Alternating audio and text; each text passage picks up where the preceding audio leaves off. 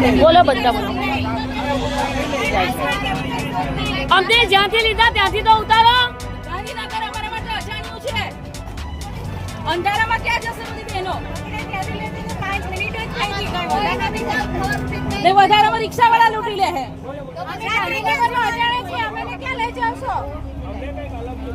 અમને જ્યાંથી લીધા ત્યાં જ છોડો. અમને બસ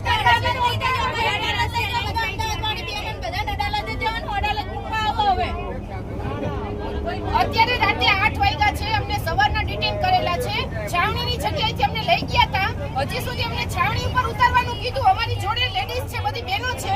એ લોકોને બધાને અલગ અલગ વાહન પકડીને પોતપોતાના વિસ્તારમાં જવાનું છે. તો ક્યાં લઈ નથી જતા. આટલું અંધારું થઈ ગયું છે છતાં અમને છોડતા નથી. અને અમને ક્યારના 10 મિનિટનો રસ્તો છે ને ગોળ ગોળ ગાંધીનગરમાં ફેરવે છે. અમે રસ્તો જોયો નથી. સાવ અજાણ્યા છીએ, બધા બહારથી આવ્યા છીએ. અને આટલી લેડીઝને હેરાન કરે છે.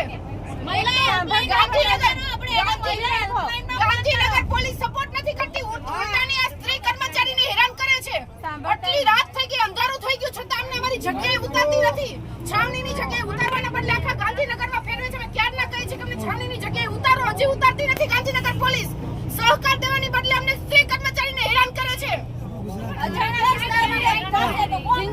આમાં બેનો દીકરીઓ છે. આમાં બેનો દીકરીઓ ક્યાંની છે?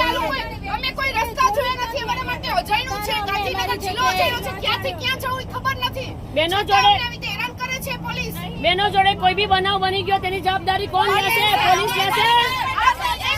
મારી વાત પોલીસ રક્ષક છે કે ભક્ષક થવા નીકળી છે? પોલીસ બહેનોની સ્ત્રીની રક્ષા કરવાની હોય. આજે સ્ત્રીની ભક્ષક થઈને પોલીસ રસ્તા ઉપર ઉતરી ગઈ છે. આ બહેનોને અંધારી રાતે ફેરવે છે. ક્યાંની કલાકથી ગાંધીનગર પોલીસ સપોર્ટ નથી આપતી. અમે શું ગુનો કર્યો છે? અમે આતંકવાદી છીએ?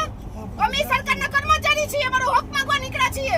આવી રીતે સ્ત્રીઓને હેરાન કરે છે. સ્ત્રી કર્મચારીને. અમારા માટે ગાંધીનગર જિલ્લો સાવ જાણ્યો છે. અત્યારે અંધારું થઈ ગયું છે. ચોર અમને ગમે ત્યાં ઉતારી નાખશે. બેનની માથે કઈ પણ થયું તેની જવાબદારી શું? ગાંધીનગર પોલીસની છે કે સરકારની છે? કરો વિડિયો વાયરલ.